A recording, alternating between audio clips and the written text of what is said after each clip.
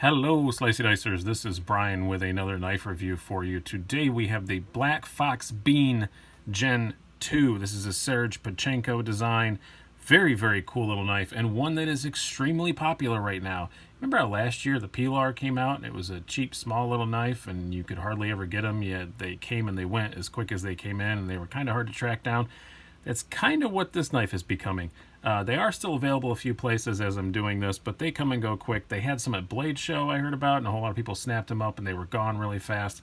But it is a very, very cool knife from Fox Knives. But it is not made in Italy like most Fox knives are. The BlackFox line is made in China. But this is still a really neat and unique little slip joint. Just something cool to have in your pocket. Kind of a slip joint. I should say slip joint. We will explain that later. But this is a very small little knife. Let's do some... it's so small, I'm going to do the size comparisons first, because I think you guys need to get an idea of how small this thing is. It is tiny. Let's move it down here. As you can see, I'm zoomed in. If you guys look at my usual aspect ratios, it's like these are all half-inch squares. I'm zoomed in for this one. So just a point of ridiculousness against a PM2. So it's small. It's very small.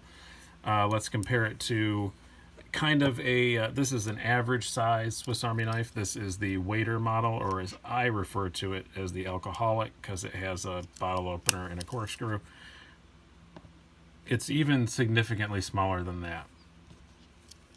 Let's compare it to the aforementioned Sierra KT Pilar.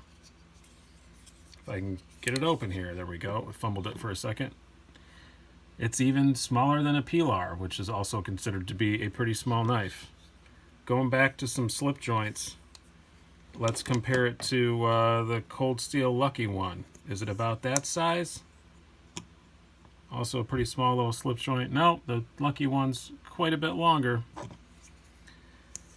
Let's compare it to the Lion Steel Roundhead. I swear I'm not going to do this all night long. Yeah, nope, the Roundhead's much bigger. Here's one that's much closer. I'm going to do two more, I swear.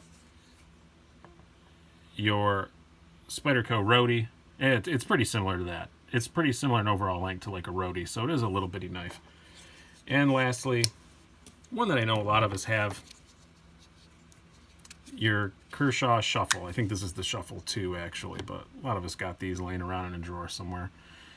And you can see the length isn't too much shorter than a Shuffle, but its overall dimensions much shorter, smaller than a Shuffle.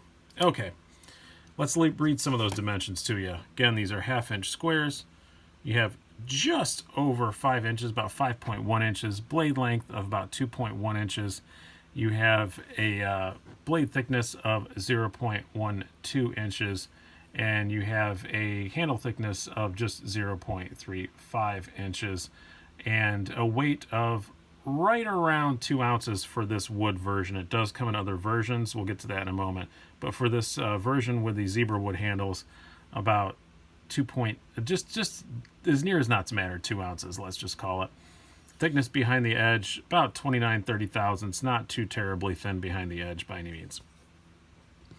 Now let's talk about some of the more stats in this knife. As far as the look of it, I think it looks cool as hell. I've always wanted a Lancer. That's probably Serge Pachenko's most famous design.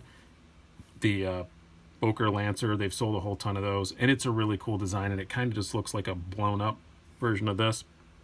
He's done some much more unique things with this than he did with the Lancer, because the Lancer is just kind of a conventional frame lock, where this has some cool stuff going on. But I like the look of it. I think it's very cool. I think it looks just as good closed as it does open. I like the little BlackFox logo. I kind of like it better than the standard Fox logo.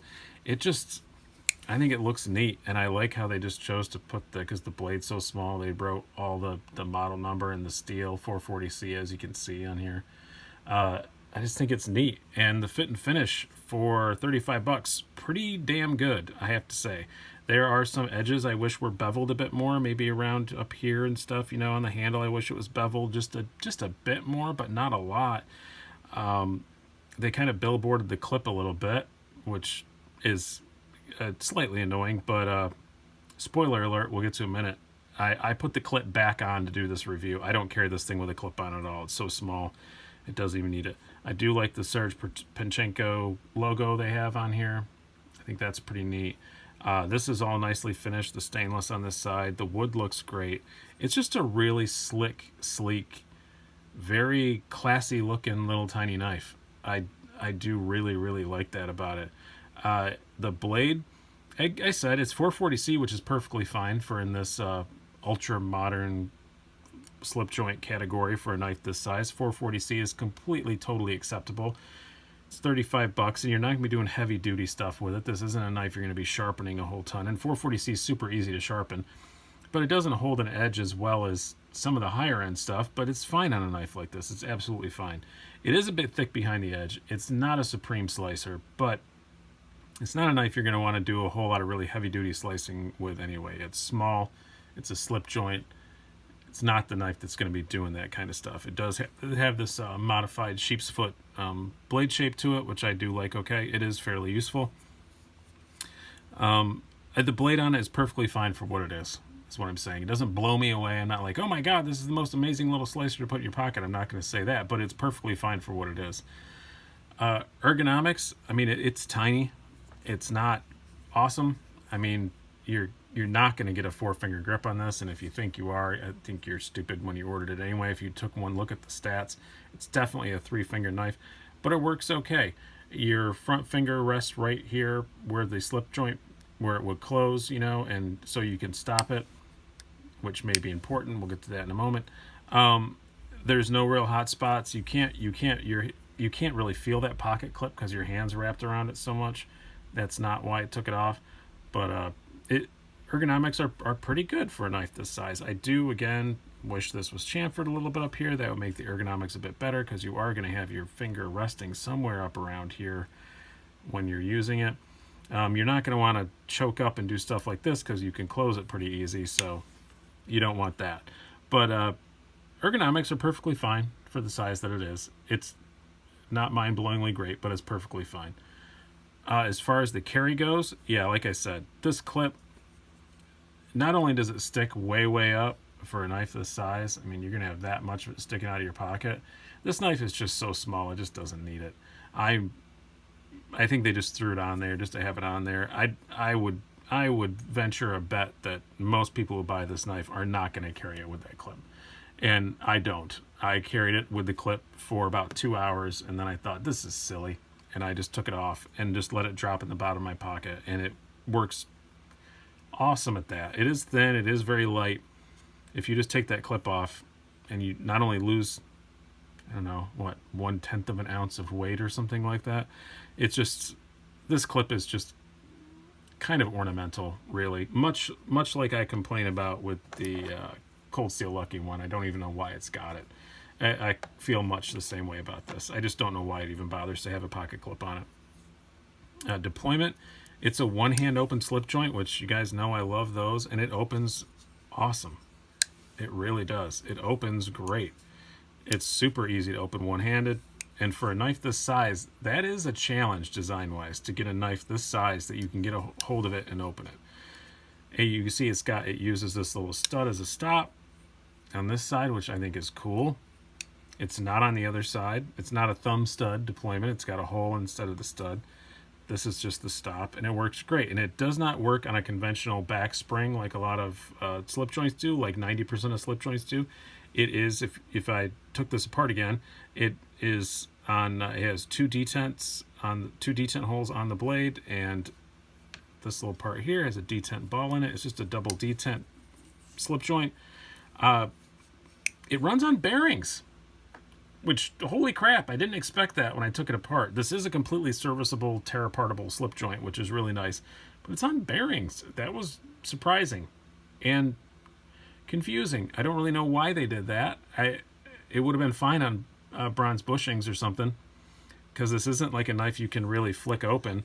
You almost can. Maybe someone more coordinated than me can, but I keep hitting my finger on the blade, so I can't do it. Maybe very talented people can do it, but it's on bearings, so take with that what you will. It's on some really nice steel bearings, but The downside to the deployment on this, and this may be a deal breaker for some people, it's not for me because I know how I will use this knife and it will be fine, but the quote-unquote back spring, let's just call it that because this is technically a slip joint, I guess, is not strong. It closes very easily. So if you're using this, you want to be up here like this and holding the blade, you know, very securely and knowing it's not going to close in your fingers. And if you do that, it's safe. It's not going to cut your finger or anything like that. But this is definitely not a heavy duty use knife in any way. You know, where's one that I know that I like, the Viator, which I don't have out, but even like the Lucky one has so much more of a solid, you know, back spring tension on it. It's more of a conventional slip joint. I would do a lot heavier duty stuff with this than I would with this. And it doesn't have no half stop. It's just open or closed. But like I said, the design of it ergonomically, you're probably gonna be holding it like this, so it's not as big of a deal as I'm making it into. But you do want to know that even the little Spyderco Rody, it has these little forward finger trowels. A much safer knife to do heavier duty stuff with. Where this is definitely a light duty use knife, but will it open packages? Will it do the actual EDC tasks that we all actually do? Will it open packages? Will it, you know, get into your kid's toy package they got? Yep, it'll do all that perfectly fine. And it looks cool, and it's $35. So I have to say it's a pretty good value. 440C, it's not bad steel. It's an awesome, unique little design. It's something that not everybody has because they sell out really quick. And I really like it. It's definitely a keeper. Well, most of it's a keeper. This pocket clip is not a keeper. There's just no need to have that on there. So that's coming right off. But other than that, and I get why they threw it on there, and the only way they could have made it better is make it a deep carry and really short, but still, it just doesn't, there's no purpose for it. For a knife this tiny, you don't need a pocket clip. So I do really like the knife. $34.95 is just an interesting thing to have around. I'm perfectly happy with the quality on it. It's got, you know, bearings, which, okay, but that had to cost some money. The steel's not bad for the price. I really love the look of it. As I said, this isn't the only one. I much prefer this zebra wood to the others, but there is a totally blacked out version with black G10, and then there's a completely stonewashed with stainless on both sides, where the blade and everything is all stonewash. So look them up, decide which one you want, grab the one that you can, because they are coming and going really, really quick. I've only had this for like 2.5 days, but I wanted to get the review out because they do come and go so quick. But I think it's an awesome little knife. I'm definitely going to keep it, and I think I'll be carrying it a whole lot. But you have to decide whether or not that fairly weak, you know, pull or whatever you want to call it. I guess it's not a back spring, but on a conventional slip joint, you call it a back spring. If you want to say that spring tension is too little, that detent ball tension is too little, I would get that. I would understand why that would bother you, but for me, it's fine. So I hope you guys have enjoyed this. I've been Brian. Have a good one.